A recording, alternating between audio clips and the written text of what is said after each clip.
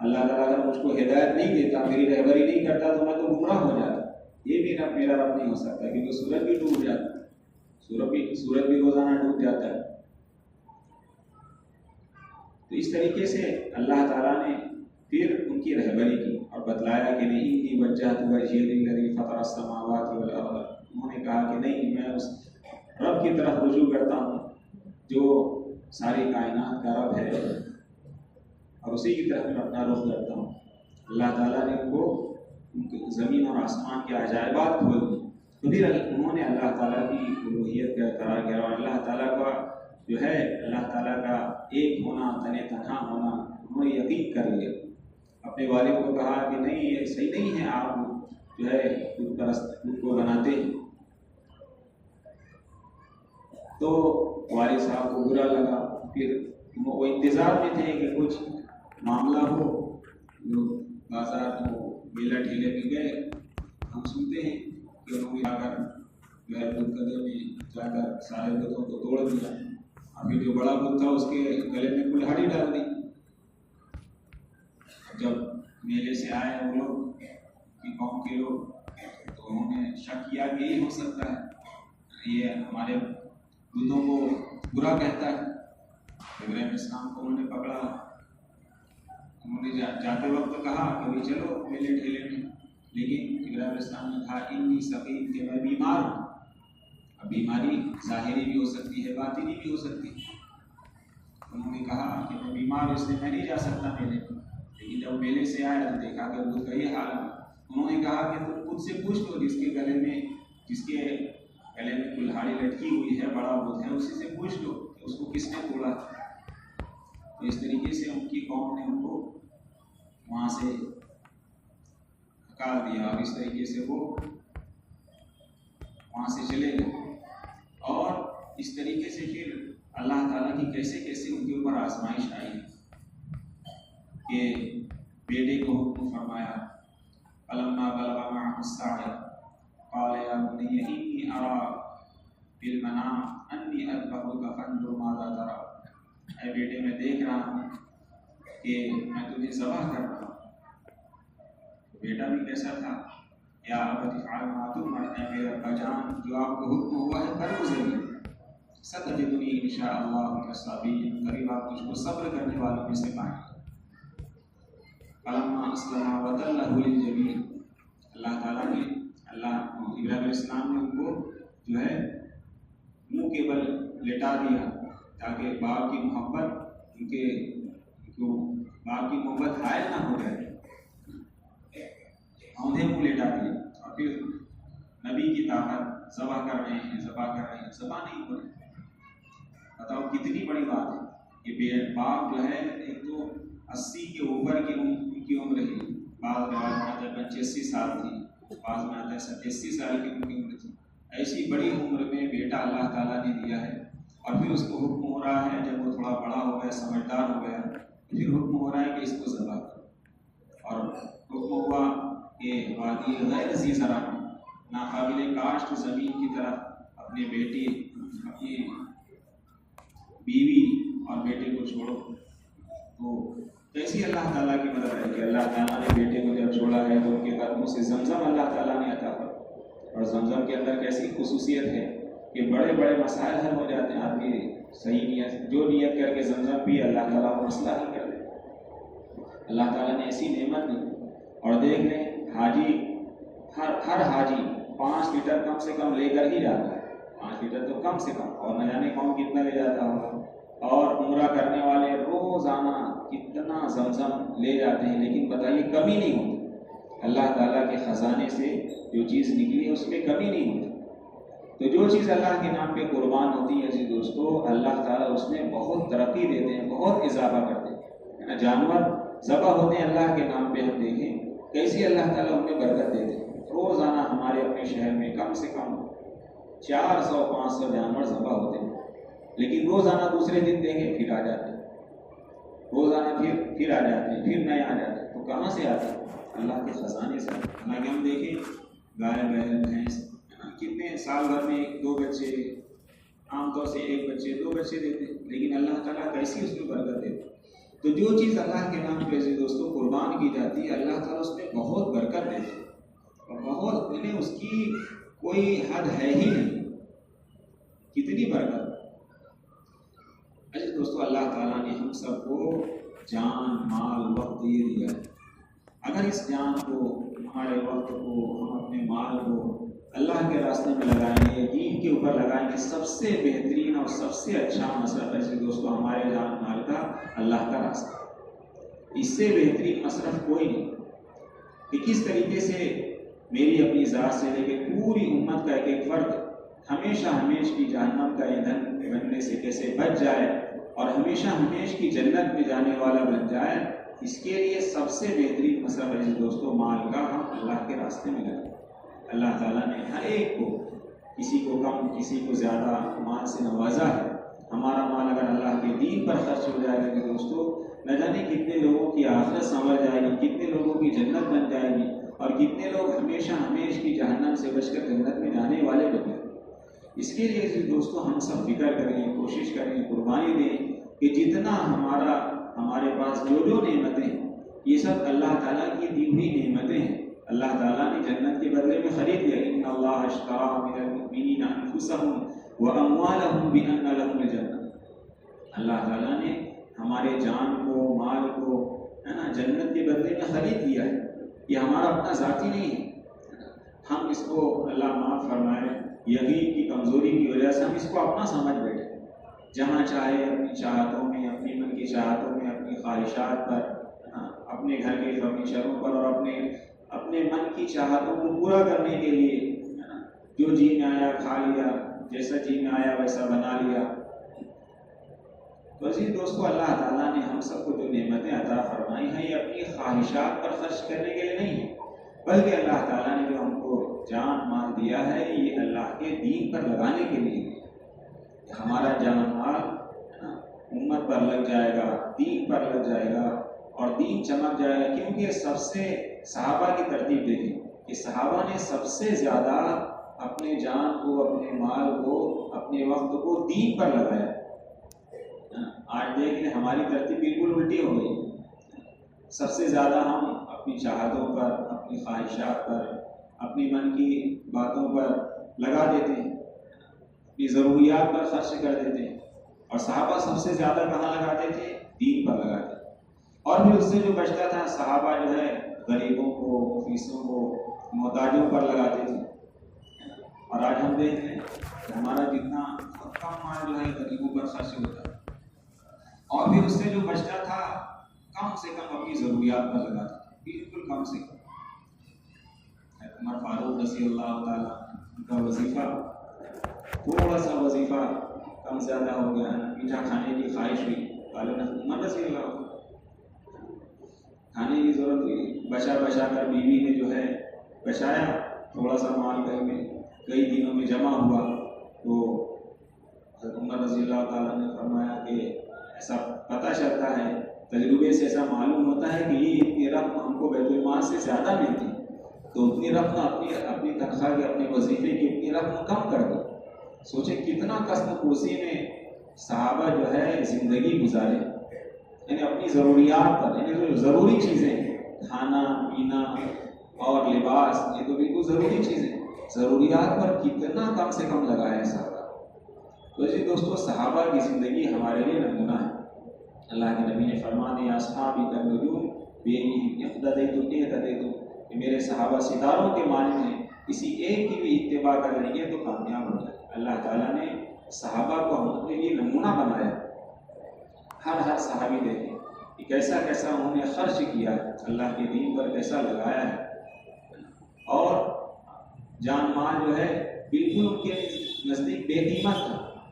ان کے نزدیک جب فتوحات کا دروازہ کھلا ہے، سونے کے ڈھیر پڑے رہتے تھے ان کے گھروں میں، سونے کے ڈھیر پڑے رہتے، لیکن کوئی فکر نہیں تھی ان کے دل میں، دنیا کی محبت تھی ہی نہیں، بس صرف آخرت۔ سوچیے دوستو کیسا صحابہ کا یقین ہوگا، نئی نویلی یعنی بالکل شادی ہوئی دلہن، اب آدمی جوان ہوتا ہے، خواہشات ہوتی ہے، لیکن گئے ہیں بیوی سے اجازت مانگی کہ 2 رکعت نماز پڑھو، 2 رکعت نماز کی نیت باندھی، اور صبح کر دی، 2 رکعت میں صبح ہو۔ کیسا ان کا یقین تھا، کیسا ان کا ملنا چاہیے کہ اللہ تعالیٰ سے کیسا تعلق تھا، 2 رکعت نماز میں پوری رات ختم ہو۔ آج ہم 2 رکعت نماز کی نیت پڑھتے ہیں، کتنے خیالات آتے ہیں، کتنی سوچ آتی ہے، کتنی تصورات آتے ہیں، آدمی کا دماغ کہاں کہاں جاتا ہے۔